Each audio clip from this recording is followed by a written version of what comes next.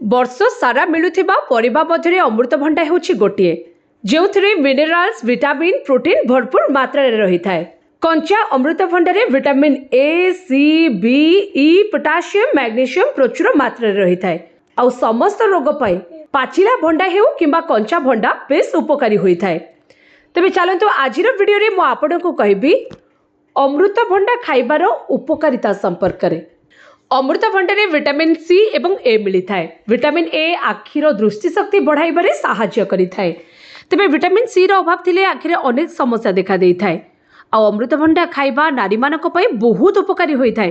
काहेकि ना जो मानकर मासिक ऋतुस्राव समय कष्ट अनुभव होई थाए सेमानक क्षेत्र रे अमृतभंडा खाइबा बेस लाभदायक होई थाए।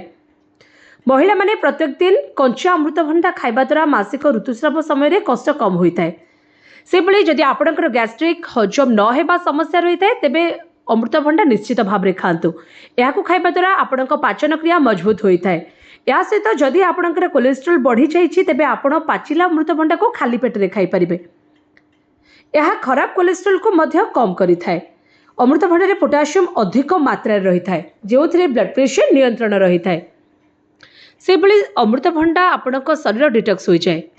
अमृतभंडा रे आपणक शरीर डिटॉक्स होई थाए। खास करी जो लोक मानक मलत्याग करिबारे कठिनता परिलक्षित होउछि सेमाने अमृतभंडा खाइबा द्वारा एही समस्या खूब शीघ्र दूर होई थाए।